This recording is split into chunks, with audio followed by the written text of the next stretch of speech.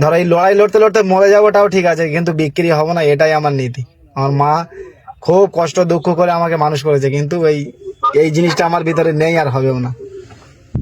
আচ্ছা বলছি, সরাসরি বসলে কি কোনো সমস্যা হবে? না না না না, বসাটাও ঠিক হবে না স্যার। কেন?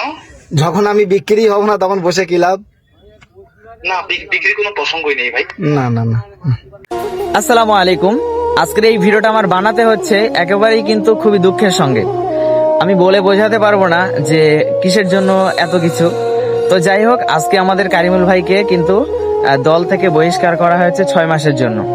6 মাসের জন্য কারিমুল ভাইকে সাসপেন্ড করা হয়েছে। খুবই একটা দুঃখের বিষয়। আর এই রকম ভিডিও আমার করতে হবে আমি কখনোই বুঝতে পারিনি যে আজকে এরকম ধরনের ভিডিও আমার করতে হবে। আমাদের ভাঙড়ে আমাদের কারিমুল ভাই, তিনি আমাদের গ্রামেরই ছেলে, আর আমাদের খুবই একটা ভালোবাসার মানুষ, বুঝলেন। আমরা তানাকে অনেক ভালোবাসি, অনেক পছন্দ করি।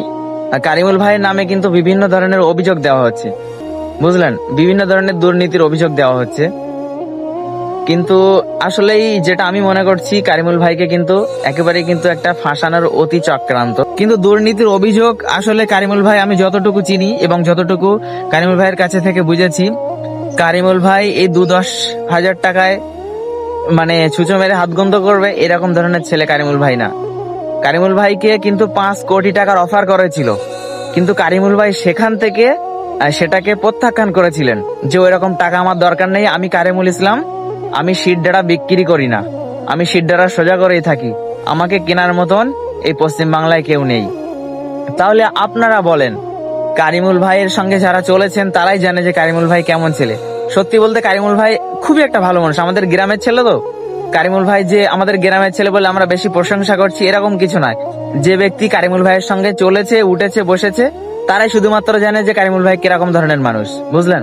তো যাই হোক, খুবই দুঃখের একটা বিষয় যে কারিমুল ভাইকে সাসপেন্ড করা হয়েছে। এটা আমার মনে হয়, আমি ব্যক্তিগতভাবে বলছি, মানে দলকে এরকম ভাবে একটা ডিসিশন নেওয়া আমার মনে হয় ভুল হয়েছে। মানে দলের মধ্যে যখন মানুষকে সাসপেন্ড করা হবে, ধরো আমাদের মধ্যে 10 জন আছে দলের মধ্যে, 10 জনের মধ্যে যদি আমি 5 জনকে সাসপেন্ড করে দেই, তাহলে আমার দলটা হালকা হয়ে গেল, তাই না? সেই ক্ষেত্রে একটু মানুষের যদিবাও, মানুষ যেহেতু ভুল যদিবাও হয়ে থাকে, ভুলকে সংশোধন করে নেওয়া ভালো। আমার মনে হয় কাউকে সাসপেন্ড না করাই ভালো। কিন্তু খুবই দুঃখের বিষয় যে কারিমুল ভাইকে সাসপেন্ড করা হয়েছে। কি আর বলবো, কিছু করার নেই, মনটা খুবই খারাপ, বুঝলেন। তো যাই হোক, আশা করছি ভাইজানেরা চাইলে সবকিছু সমাধান হয়ে যাবে। আর এটা ভালো করে ভাইজানকে আমার অনুরোধ যে জিনিসটা ভালোভাবে একটু দেখতে, যাতে এরকম কিছু না হয়। যখন দলের মধ্যে এরকম কিছু একটা ভাঙন ধরা শুরু হবে, তখন দলের মানে যে ওয়েট থাকে সেই ওয়েটটা কমে যাওয়ার সম্ভাবনা বেশি থাকে।